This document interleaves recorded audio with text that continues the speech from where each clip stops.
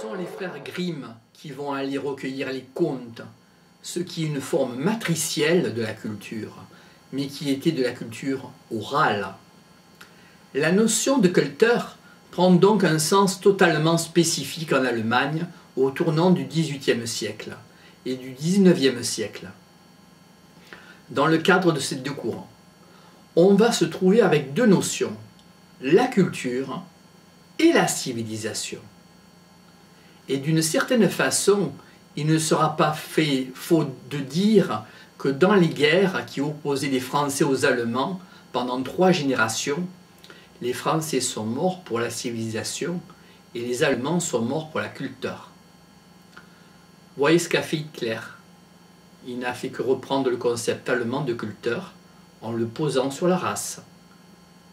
Il s'est élaboré dans les années 1880 tout un discours raciste en Allemagne qui a été réemployé pour fonder la spécificité de la culture allemande. Au cours du XIXe siècle, les Allemands vont être obligés de mettre le mot culture au pluriel. Ils vont bien se rendre compte qu'il n'y a pas qu'eux qui ont une culture et que finalement chacun produit une culture. Les Français, par le progrès de l'histoire et de l'archéologie, vont être obligés de se rendre compte qu'il n'y a pas qu'eux qui ont une civilisation. Par contre, et par conséquent, les mots MOTS de culture et civilisation vont être mis au pluriel, de sorte qu'aujourd'hui, en français, le mot MOT civilisation a 3 sens qu'il ne faut pas confondre. D'abord, premièrement, il peut avoir un sens distinctif ou analytique. On parlera de la civilisation du fer, du vin, de l'atome et des télécommunications aujourd'hui. On caractérise un ensemble, l'ensemble des productions d'une société, par un trait jugé typique.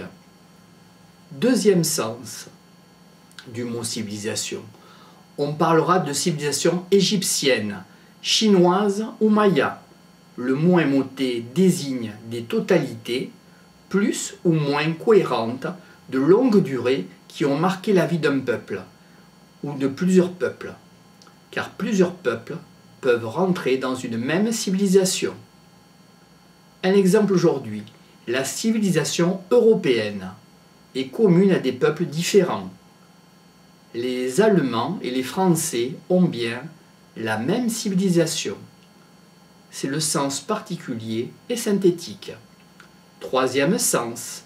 En français, le mot MOT a un sens universel et éthique.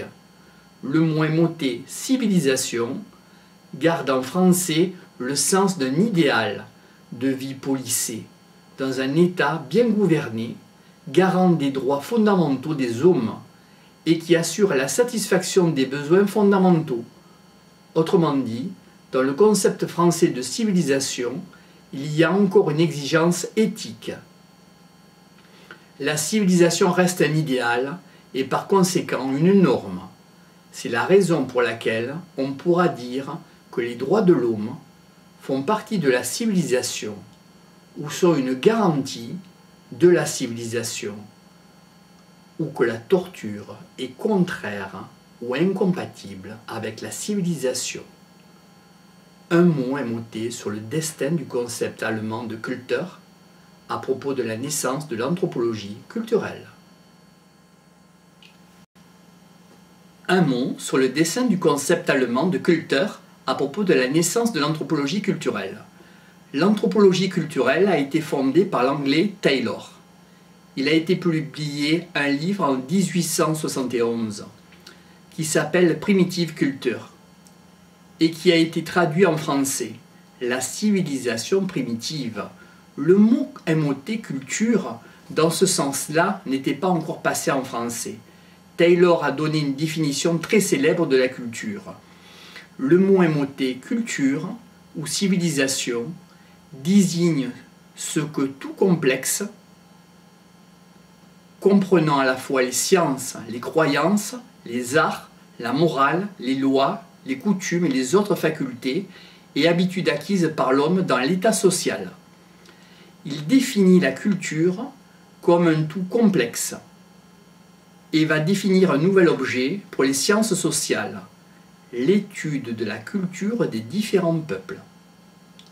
Chaque peuple est dans une culture.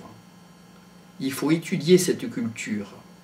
Il définit cette culture par ce qui est acquis par les différentes sociétés, les différents groupes d'hommes vivant en société.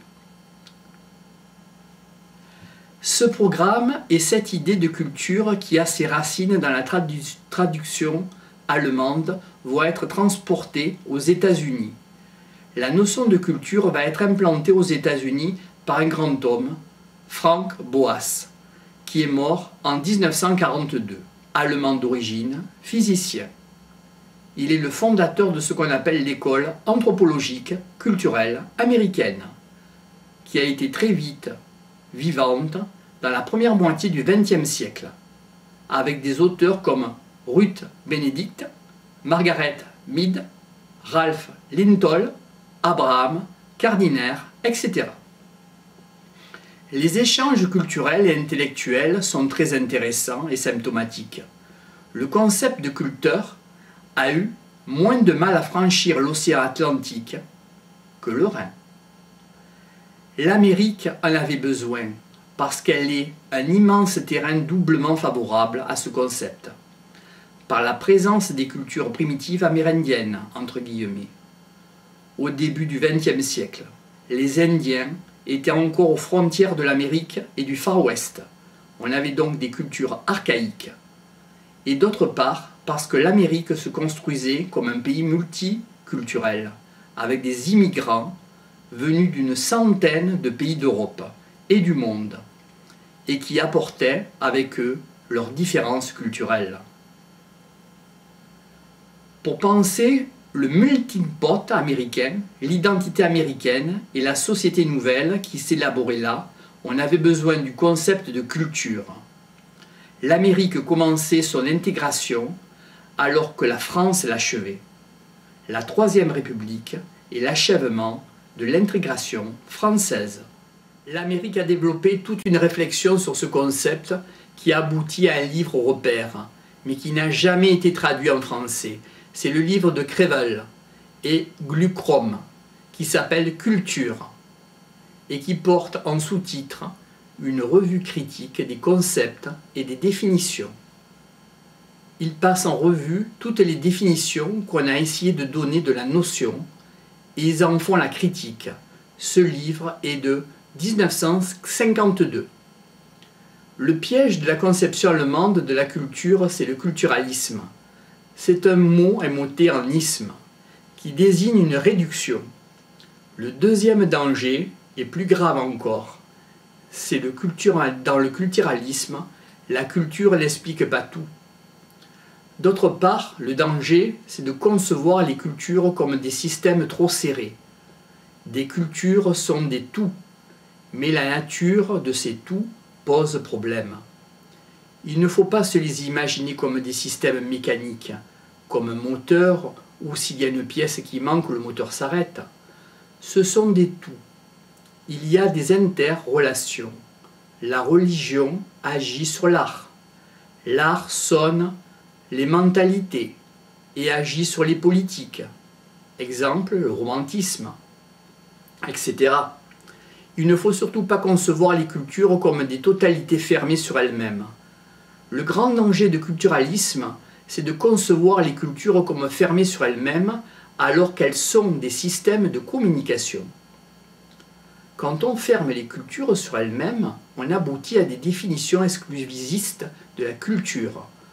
Or, comme la culture est le fondement de l'identité, on aboutit à des identités exclusivistes et donc on dégage de l'ethnicisme. L'ethnicisme, c'est un racisme à base de culturalisme au lieu d'être un racisme qui se fonde sur la race. Grand 8. Nature et culture. Comment passe-t-on à ce thème? On y passe par une question sur le sauvage. Cette question sur le sauvage est revenue dans la culture européenne avec la découverte de l'Amérique. L'idée du sauvage, c'est l'idée que des hommes pourraient exister sans culture. De même qu'il existe des animaux sauvages, c'est-à-dire non domestiqués. Est-ce qu'il existe des hommes qui n'auraient pas de culture et qui vivraient dans une sorte de spontanéité animale sans être soumis à toutes les contraintes que la culture impose aux civilisés? Voilà la question du sauvage. Elle est posée au XVIIe siècle et au XVIIIe siècle. Cette question ne fait pas trop de doute. Tout le monde pratiquement pense qu'il existe des jeunes sauvages. Le débat porte sur deux questions, qui sont des questions indirectes des Européens sur eux-mêmes. Ces hommes, à l'état de nature, sont-ils heureux? Ou ces hommes à l'état de nature sont-ils malheureux? Ces hommes à l'état de nature sont-ils méchants? Le passage à l'état de nature à l'état de culture ou de société a-t-il été une chance? A-t-il été un progrès? Ou au contraire, a-t-il été une catastrophe? Enfin, sur la première question, on a la réponse de Hobbes. C'est un philosophe anglais qui imagine l'état de nature sur le modèle de la guerre civile et qui dit l'état de nature est un état sans structure politique. Enlever l'état de la France ou de l'Angleterre, les Français et les Anglais se boufferont entre eux, car homo homini lupus, l'homme est un loup pour l'homme. C'est donc l'existence d'un système de contraintes politiques venu avec la civilisation qui empêche l'homme d'être un loup pour l'homme. L'état de nature est donc un état détestable. Les hommes ne peuvent pas y rester longtemps. Ils ont fait un contrat pour abdiquer leur liberté et au moins avoir la sécurité de ne pas se faire trucider, manger, voler par leurs voisins. Les sauvages sont des gens redoutables. L'état de nature est détestable. Heureusement, nous en sommes sortis. La thèse inverse, c'est la thèse de Rousseau, qui dit que l'homme sauvage est un homme inoffensif. Les sauvages que nous voyons aujourd'hui sont déjà pervertis par la société, et donc l'homme dans l'état de nature est doux et inoffensif, parce qu'il n'a pas de besoin. Le point fort de Rousseau, c'est de dire que cet état de société qui augmente les passions humaines. La société nous impose des passions, comme l'orgueil, l'ambition, qui viennent d'un excès de société. On veut toujours ou se faire reconnaître par les autres, ou s'imposer aux autres. La société et la culture créent des fausses valeurs, créent des faux besoins. Le bonheur consiste à fuir la société, dit-on, et à retrouver la simplicité dans la nature. Ce débat aujourd'hui est dépassé. On parlera de Lévi-Strauss qui a parfaitement montré qu'il n'y a pas d'homme sauvage. L'homme s'est auto-civilisé, auto-domestiqué. La preuve que l'homme est partout entré dans le processus de culture, c'est qu'il y a des langues, des règles, des lois, des coutumes, des outils.